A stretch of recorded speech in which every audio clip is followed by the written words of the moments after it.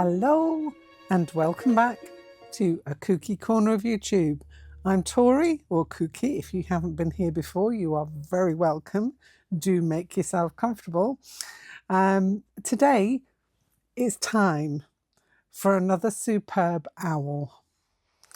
Again, if you've been with me for a while, you know that I occasionally or try to do one a month pattern for the Superb Owl book. There is also a video on making the book as well, and these are all in a playlist which is called the Owl Collection, I do believe, but I will leave a link in the description box below.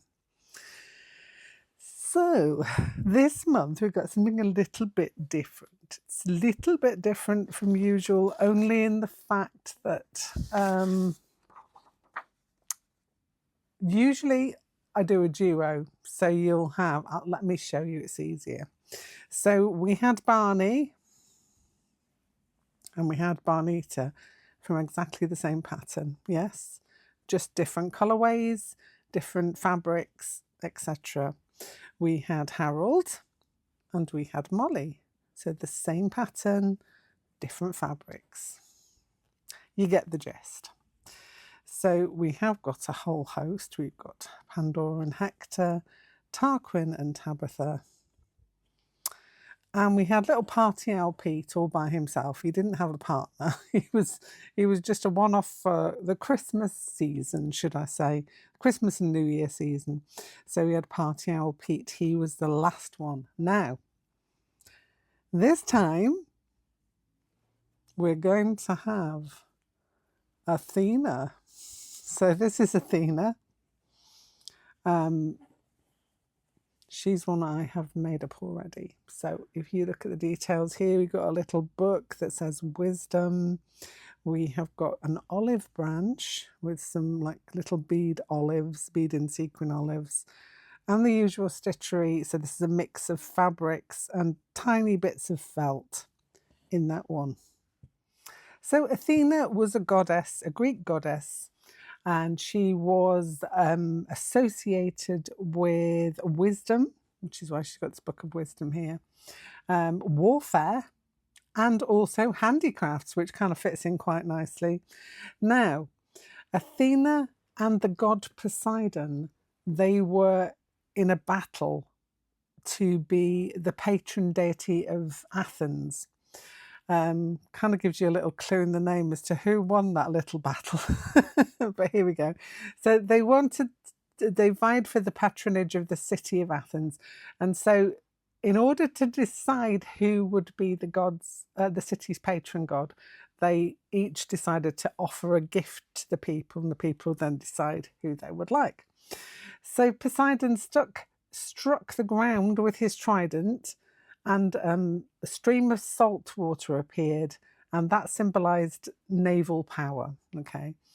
Athena, on the other hand, offered an olive branch or an olive tree, which symbolizes peace and prosperity. And they chose Athena, so the Athenians chose Athena, told you there was a clue in the name, as it was more practical and beneficial for their civilization.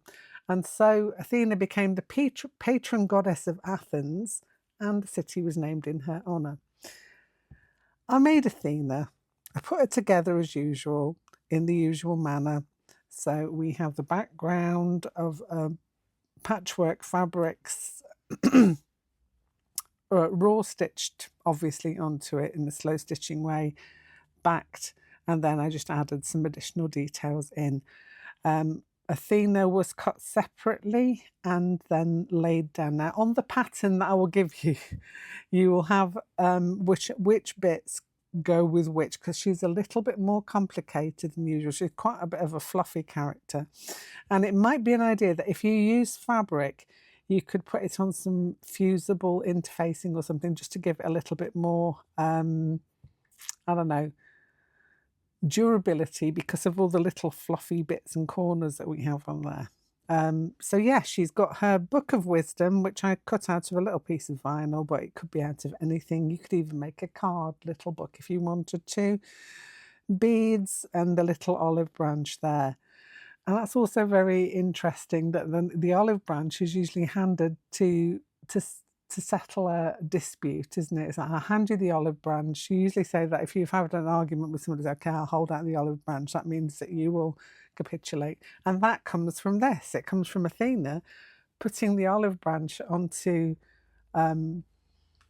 Athens in order to offer it for peace and prosperity, even though she was a goddess of warfare. Anyway, I have divulged all I need to know about Athena, or all you need to know about Athena. Or maybe you need to know more, in which case I recommend a book by Stephen Fry called Mythos, I think it is. If you can, get the Audible book, because listening to Stephen Fry read it is a joy. I have both. I've got the actual book and I've got the Audible book, because I just like listening to Stephen Fry tell me a story. So that's a really good book to pick up, to learn about the myths and legends of Greece and Rome, and yeah, all that kind of jazz. Anyway, again, I'm waffling, aren't I? So we've got Athena, and I have got a pattern for her coming out, and it will be in the Facebook group, my Facebook group. So it's called Kooky Creatures. There will be a link in the description box to get to that. It's free to join, no charges. All you have to do is be a subscriber here on YouTube, which is also free. So it's just a couple of nice little things that you can do back for me, and I'll give you a little pattern in return, basically. And also, can I say, on the Facebook group, it's such a lovely community. We've got about 325 people on there at the minute, and they are all glorious and they are lovely, and we're all getting to know each other through things that we're posting and sharing in the ways that we make things that I show on the channel and stuff, and also the postcard, so on. I will not mention that now here because I've already mentioned that, but you'll get patterns for all the things, or most of the things that I do on the channel. Sometimes I have other things that I would need to charge for because they're just too complicated. But simple little things like this, I do patterns for free. By the by, what I decided to do was, I'd done Athena. Athena was already there. And then I thought, heck, I want to do a Poseidon as well. And so there is a little slight deviation from the pattern in order for you to do Poseidon. And I'll just kind of grab out the pieces that I've cut here. I'm going to do this with you. So here he is. This is Poseidon. Look at him. Now, he's not got his trident or his crown on yet. I'm going to give him two of those things as well. So he's going to have a little trident that he's holding underneath his wing and a little crown. But those will all be on the pattern. The trident, not so sure if you want to make it out of fabric or if you want to try and... I'm going to try and make a wire trident. Well, you'll see that coming up. So yeah, we've got Poseidon. So this is the little drawing that I have done for Athena. So you can do Athena in natural colours, you can do her in wild, crazy colours like I have, or you can just, you know, do whatever you will with the pattern. And the pattern pieces are all there. There's quite a few on this one. As I said, it's a little bit more complicated because of the fluffiness of this owl. So fluffy. So yeah. Now there is an additional piece that I've made for the tail, which literally just fits. So you wouldn't need the legs on this one, you just need the tail piece that comes up and around the back there. So that's the difference, and that's also included on the pattern. So if you want to make just Athena, or if you want to make a pair of them, or if you just want to make Poseidon, who knows, then all the pattern pieces will be on the PDF download that you can get from the Facebook group. Okay, I think I've covered a lot of things here, so let me just show you this little picture. Let me fold this up so you can see. Now, a lot of people spell Athena as Athene, so either of those spellings will do. I actually wrote it on here, so that's the alternative spelling, so you can choose if you want Athena or Athene. And that's my little other drawing of Poseidon, just to show how he all fits together. He's exactly the same. This is just a smaller little drawing. The pattern pieces are going to be this size, so they're all in there. And he's got a little trident and a little crown, which I'm going to make out of some kind of wire, I think. I say that, but I'm going to try it and see how it goes. And a little of my, my little glittery fabric to make a crown. So that's the plan. Yeah, cut her out. She's so cute. I might actually make some stickers of her. I love her so much, to put on my notebook. Who knows? So, first things first. Let me clear this out of the way. I'll just stick her over there for a minute. I made a little tag for Poseidon, because in the books I always do a little name tag for them as well. So his is already stitched up. I'll put that there. Okay, so let's take him off. I've got all these pieces cut out. Now, I have done Poseidon all in felt, just because I wanted to. But you could easily do this in fabrics as well. Use what you have. Use what you have and what you can use. I've gone for variations of the green theme, because Poseidon, And the background. As usual, I've got a little piece of calico on the back. I laid my chosen fabrics onto it. I've not gone too crazy with the fabrics, because, to be honest, you don't want to take away from the main bit, which is Poseidon. So I've got a plain aqua green colour that matches in with this batik, and I've got another piece of like greeny batik at the bottom here that I can stitch into. So first of all, first things first, if you want to look back on my other videos of how these things are put together, I do the background first, so I will stitch into it. So if I show you again, Athena, I've just gone up and down just to unify it all together with a colour. So I'm going to find a colour that goes with this to use as a backing colour. And then once you've got your background in, the thing I say to do next is to get your main piece in. So this is going to be my main. I'm going to pull him apart a bit in a minute. He's not going to be looking as joyful as he was earlier. So position him on, I can't even talk today. Position him on and sew him on, and then you'll see how much space you've got left to play with to add in extras, extra stitching, whatever you want. You can, of course, just stitch into it and just enjoy stitching into it and then place him on. But to be honest, if you want to just put him together, some of it will be hidden if you stitch in the middle areas, say, for example. That's up to you. If you want to do the stitching, you enjoy the stitching, by all means, do it that way around. I do the unify stitch up and down, and then I place my fabrics on. Sometimes you can use a tiny touch of glue. You can use the fabric stick glue, or, not sponsored at all, Aileen's Felt and Foam Tacky Glue. Just a little dot of that to hold everything together while you stitch it down is great. It's great for, obviously, as it says, felt and foam, but for fabrics as well. Yeah, really like this stuff. So that's well worth a have. So I'm going to go and find a thread so that I can do my upsy downsy running stitch along this piece. I'm going to go and do that, and then I'll be back to try and position my pieces on there. Okay, so this is where I am up to. I'll cut my boy out and I've positioned him on the background. Not his crown yet, but I've positioned him on the background, and I used a little bit of that, a little tiny dot, just to keep everything held down. So he is on the backing now. Out of my fancy fabric, I've cut him a little crown, kind of like that, and I've winged myself a trident. It's It's not the best trident in the world, but it is a trident, and I will try and also stitch that down to secure it underneath his wing. So it's going to kind of go like that.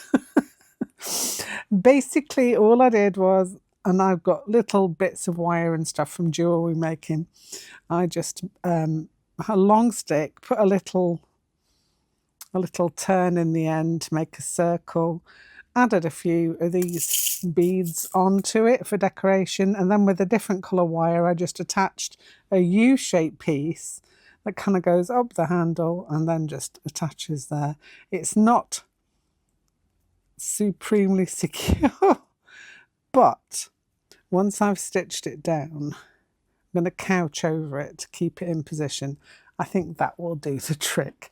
Now you could equally make one out of fabric or an other thing that you can think of, or you could leave the trident out altogether. It's not completely necessary, but my whimsical mind suggests to me that I need to give him a trident, and so he's got one. Now, what I am going to do is I'm going to stitch around and attach the crown as well. Stitch around my owl and also add in any details like where his feathers are. So if we have a look at this, just realise that little bit's there. It will be there, the little bit that's underneath his eyes. Where the lines are, I'm going to add some stitching in there. I'm going to add some little feathery bits there, and I'm going to figure out what I'm going to do with this. It could be that I use bits of bric-a-brac, but I'm thinking that might be a bit too complicated. I might just do some stitching on there just to do that, or I could add some sequins in, or I could do both. So that's the kind of plan that I've got, really. So I just need some threads that match in vaguely. They don't have to match in perfectly. That I'm going to go around this with in an over sew stitch. So I'm just going to find some thread out, and I'm going to take that off for now.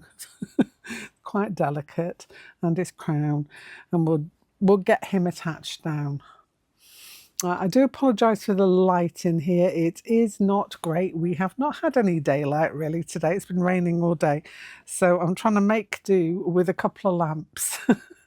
So hopefully this will still come out okay in the mix. Right, now on to getting some thread. Okay, so I've got this embroidery floss on my desk, which is kind of a good match, and we'll kind of fiddle in with the rest of it. I don't really want to go completely crazy and start matching up all my felts. I'm just going to go with one that will do all. So for now, that's my one that will do all. Okay, let's move this to one side. So we've got a little bit better view. As I say, he is lightly stuck, and I'm going to start here, just on this edge, and I'm going to over sew just around the edge. So let me take that up a little bit so you can see I'm literally going very tiny little stitches, because he is fluffy and I don't want to flatten the fluff. No one wants to flatten the fluff.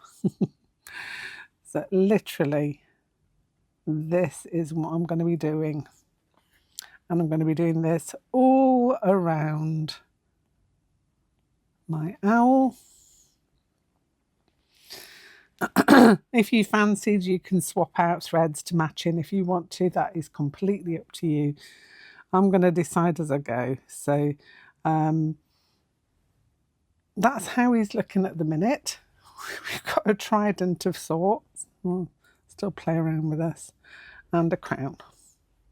Still going to play around with this a bit more. I'm going to fiddle with it. I'm a fiddler, what can I say? I'm not a fiddler on the roof though.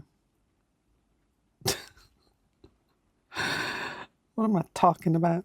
Okay, so I'm going to leave that there, and I'm going to stitch him, and I'll be back when I've done that. Okay, so I have finished him. Still got some dangly little threads here.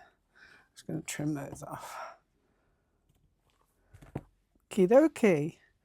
So he's been finished off with his crown. He's got his trident that I've kind of stitched in as well. And he's got some little bits of shiny.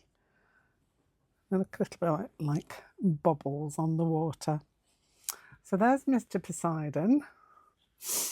I'll grab my book. And he will fit quite nicely onto that page there. Let's see if I can take you out a little bit. There we go. We've got his little name tag that's ready to be stitched in.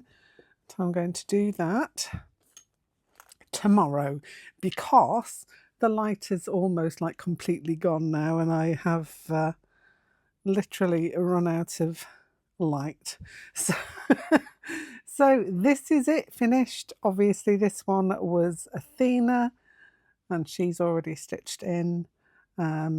Similar way to make Athena, obviously. You can make either of them in fabric, felt, combination of both. And I think the felt works quite nicely on to make the fluffy feathers kind of situation going on there. Just making sure that's stuck down, just stuck those on there. So that's going to dry off nicely now and then I'll stitch it in tomorrow. The pattern for this will be in my Facebook group. It will be in the files section of the Facebook group. So that's where this one's going to hang out. Hopefully I'll be able to get that listed up tonight as well. But if not, it'll be in first thing in the morning. So there we have it. Little Poseidon and little Athena with a little wisdom book. I hope you've enjoyed this. If you have enjoyed it, please don't forget to show me those thumbs, like and subscribe. I know we all say this, but we say it for a reason, and it's because of the YouTube algorithm. If you show that you like something, either by a thumbs up or by watching all the way through, YouTube rewards us by pushing our video out to other people who might be interested in seeing it too. And it does make us do the happy dance. Anyway, that's enough from me for now. I'll be back here very soon with something else. Bye for now.